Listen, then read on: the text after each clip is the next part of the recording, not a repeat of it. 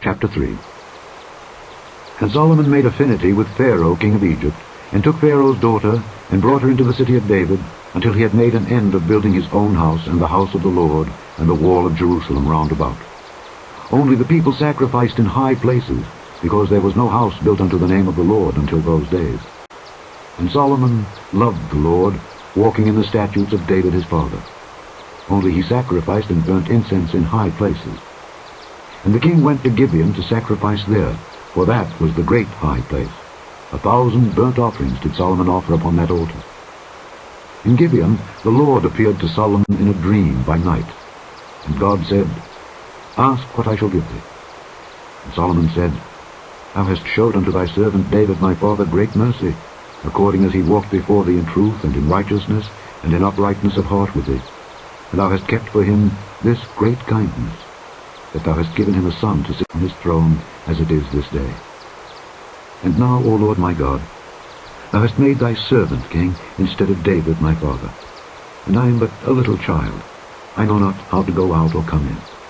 And thy servant is in the midst of thy people, which thou hast chosen, a great people, that cannot be numbered nor counted for multitude. Give therefore thy servant an understanding heart to judge thy people, that I may discern between good and bad. For who is able to judge this thy so great a people? And the speech pleased the Lord that Solomon had asked this thing. And God said unto him, Because thou hast asked this thing, and hast not asked for thyself long life, neither hast asked riches for thyself, nor hast asked the life of thine enemies, but hast asked for thyself understanding to discern judgment, behold, I have done according to thy words.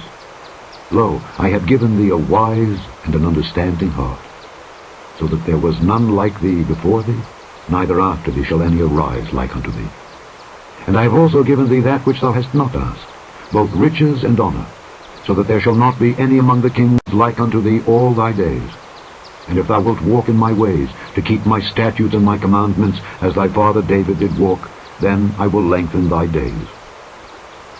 And Solomon awoke, and behold, it was a dream. And he came to Jerusalem, and stood before the ark of the covenant of the Lord, and offered up burnt offerings, and offered peace offerings, and made a feast to all his servants. Then came there 2 women that were harlots unto the king, and stood before him. And the one woman said, O my lord, I and this woman dwell in one house, and I was delivered of a child with her in the house. And it came to pass the 3rd day after that I was delivered, that this woman was delivered also, and we were together. There was no stranger with us in the house, save we 2 in the house. And this woman's child died in the night, because she overlaid it.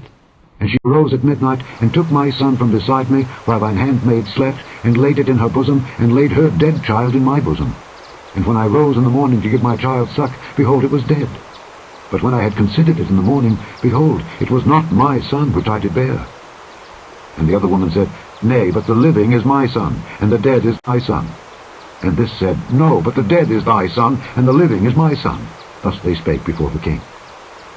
Then said the king, The one saith, This is my son that liveth, and thy son is the dead. And the other saith, Nay, but thy son is the dead, and my son is the living.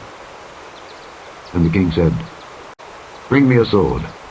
And they brought a sword before the king. And the king said, Divide the living child in 2, and give half to the one, and half to the other. Then spake the woman whose the living child was unto the king, for her bowels yearned upon her son. And she said, O my lord, give her the living child, and in no